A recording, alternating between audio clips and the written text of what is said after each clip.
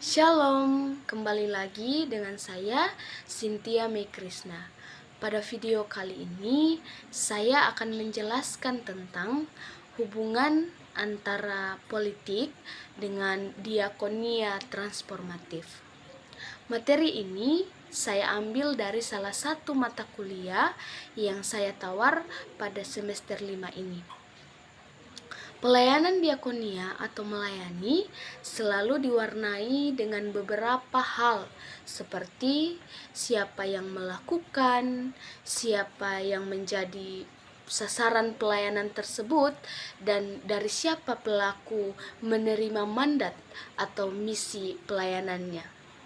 Dalam Perjanjian Lama, diakonia dipahami sebagai tindakan pemeliharaan Allah atas umatnya yang ditunjukkannya melalui orang-orang yang membutuhkan. Misalnya seperti anak yatim, janda-janda, orang miskin, dan juga hamba. Diakonia juga dapat dikatakan suatu berita kesukaan dan kabar baik bagi orang-orang miskin, menghibur orang yang sakit, yang buta, yang lumpuh. Hal-hal inilah yang juga Yesus nyatakan dalam perjalanan pelayanannya. Oleh karena itu, pelayanan diakonia dilakukan untuk memberikan pembebasan dan keselamatan bagi umat yang menderita dan menjadi korban ketidakadilan. Kekuatan politis berfungsi untuk mengatur dan menjaga dinamisme hubungan antar manusia, sehingga setiap manusia dimungkinkan untuk memiliki kesempatan meraih dan merealisasikan apa yang mereka miliki. Politik adalah suatu proses pembagian kekuasaan dalam masyarakat di mana wujudnya adalah proses pembuatan keputusan, khususnya di dalam suatu negara. Di negara kita ini pun berlaku, namun sesuai dengan realitas yang terjadi bahwa memang terjadi pembagian kekuasaan, tetapi juga masih banyak orang-orang yang tidak mendapatkan keadilan yang menyebabkan kesejahteraan rakyat yang tidak merata atau tidak terpenuhi secara keseluruhan.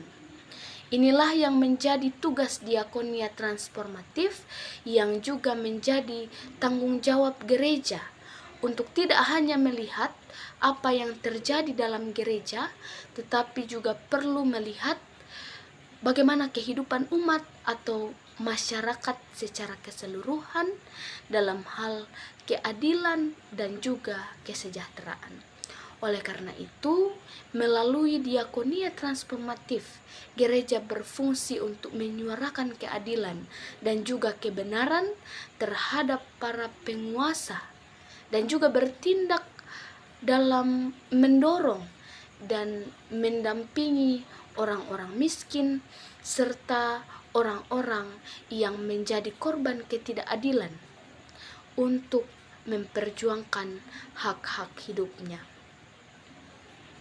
Bangsa merdeka mendambakan transformasi menjadi masyarakat yang bebas dan sejahtera. Setelah merdeka dari penjajah, rakyat juga harus bebas dari penindasan yang dilakukan oleh diri sendiri.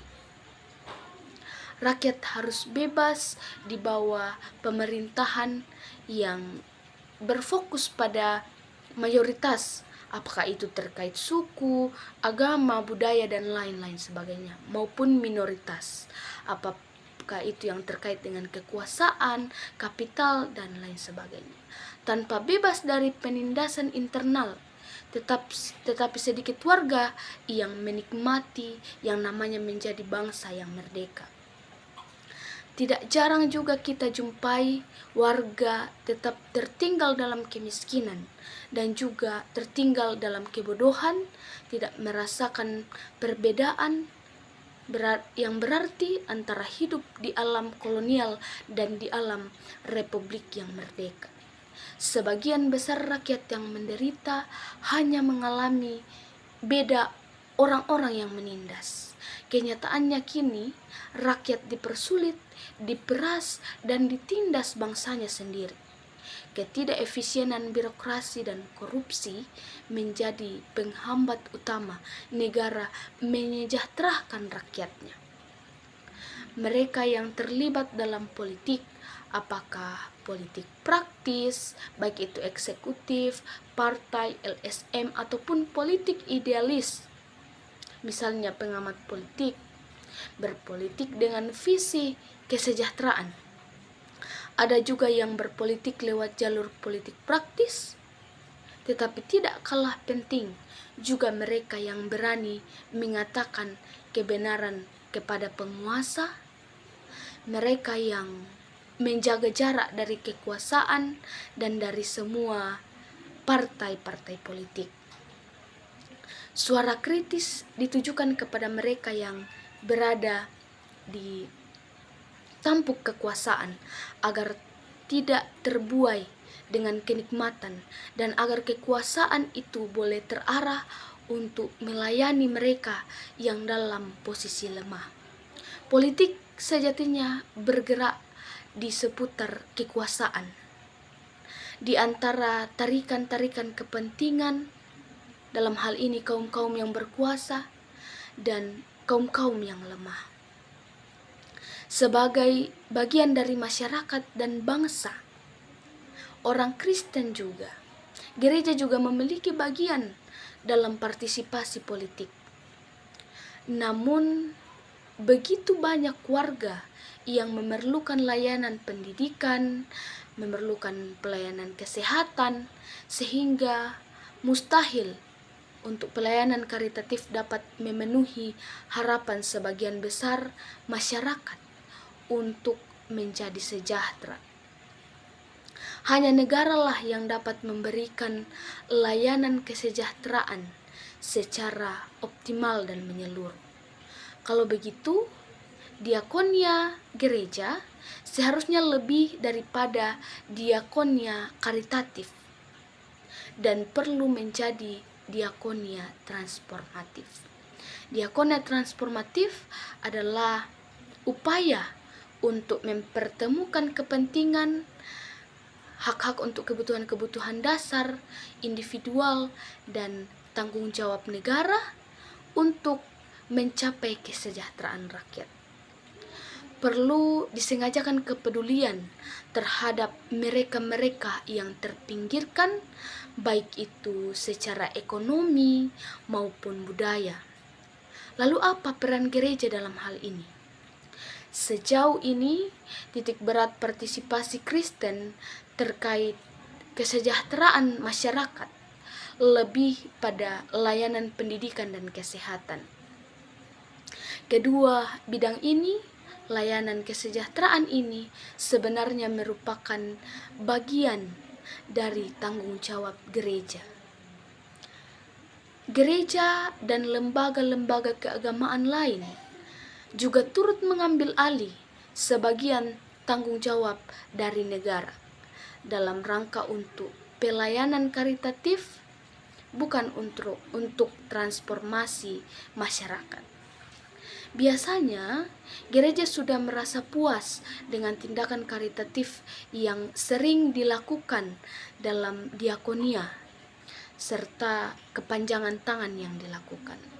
Berbeda dengan diakonia transformatif yang mengarah kepada pembebasan yang digambarkan sebagai pelayanan yang mencelikkan mata yang buta dan memampukan kaki seseorang untuk kuat berjalan.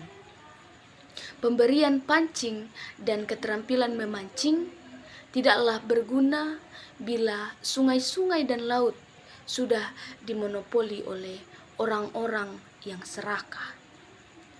rakyat kecil yang buta hukum serta mengalami kelumpuhan semangat berjuang perlu juga untuk dilayani, yaitu dengan menyadarkan bahwa mereka memiliki hak-hak. Mereka juga butuh dorongan dan semangat untuk percaya diri, untuk menjadi diri mereka sendiri. Jadi maksud diakonia pembebasan ini adalah bahwa diakonia ini bertujuan untuk membebaskan rakyat kecil dari belenggu-belenggu struktural yang tidak adil. Bukan sekedar diakonia yang berfungsi sebagai palang merah yang menolong korban tanpa usaha, mencegah dan mengurangi sebab-sebab terjadinya korban sosial. Agen transformasi kesejahteraan bangsa adalah negara. Oleh sebab itu penekanan utama politik terletak pada cita-citanya melakukan transformasi sosial menuju masyarakat yang lebih baik dan beradab. Oleh karena itu, gereja perlu bekerja sama dengan pemerintah, dalam hal ini negara, dalam rangka pemberdayaan orang-orang miskin menuju kesejahteraan. Kaum yang lemah harus ditopang agar tidak terjebak di dalam kemiskinan. Mereka harus diberikan jalan untuk hidup bermartabat. Dan yang paling penting adalah berpolitik sejatinya bukan politik kekuasaan, tetapi politik kesejahteraan, politik yang memihak kaum lemah dan mengupayakan untuk memberdayakan negara dengan berbagai cara yang optimal dalam mencapai kesejahteraan rakyat. Sebagaimana yang telah dijabarkan pada awal video ini, maka kita dapat melihat secara jelas bahwa tugas pelayanan diakonia transformatif gereja tidak hanya kapan gereja itu harus melakukan, tetapi apa dan metode apa yang harus dilakukan gereja terhadap konteks pergumulan yang ada khususnya dalam kemiskinan. Pelayanan gereja tidak terbatas hanya kepada orang-orang seiman saja, melainkan pelayanan gereja harus bersifat universal yang menyangkut seluruh realitas, seluruh pergumulan-pergumulan yang manusia alami di mana gereja itu berada, untuk menyatakan kasih dan kabar keselamatan dari Allah kepada seluruh dunia, sebagaimana tugas dan panggilan gereja itu sendiri. Bisa kita lihat dalam Markus 16 ayat 15. Dalam kehidupan politik bangsa, gereja juga dituntut untuk berperan menciptakan suatu keteraturan dan kedamaian dalam kehidupan bermasyarakat. Gereja harus berperan sebagai imam dan penasehat bagi para pemimpin bangsa yang mengarahkan kehidupan politik berbangsa menjadi lebih baik. Hal ini dapat kita lihat sebagaimana dalam kisah 2 Samuel pasal 12 ayat 1 sampai 25, di mana ketika Allah yang mengetahui kebusukan Raja Daud, Allah kemudian menegur Raja Daud melalui Nabi Nathan. Oleh karena itu, gereja juga harus berperan layaknya seorang Nabi Nathan yang menegur pemerintah, khususnya dalam negara kita ini. Selain itu, gereja sebagai bagian dari kehidupan suatu negara harus taat kepada setiap peraturan dan ketentuan dari sebagaimana yang telah disepakati pada semangat kebersamaan dalam berbangsa dan bernegara. Hal ini sudah diatur dalam perundang-undangan dan juga konstitusi dalam negara kita. Artinya bahwa gereja harus bisa menunaikan segala kewajibannya baik kepada pemerintah maupun kepada Tuhan.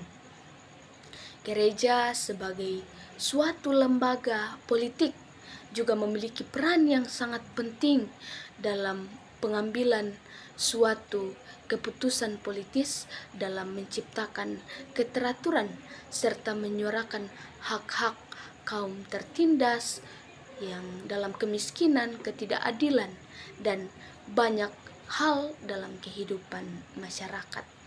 Oleh karena itu, diakonia tidak hanya berbicara tentang pelayanan gereja di dalam keumatan, tetapi juga berbicara tentang pelayanan yang bersifat universal yang menyangkut kehidupan banyak orang secara menyeluruh sebagai suatu lembaga politis yang juga memiliki kekuatan dan kekuasaan untuk menciptakan dan menyuarakan setiap pergumulan dalam kehidupan bermasyarakat, berbangsa, dan bernegara.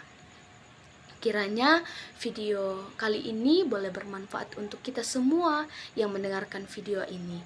Shalom, terima kasih. Tuhan Yesus memberkati kita semua.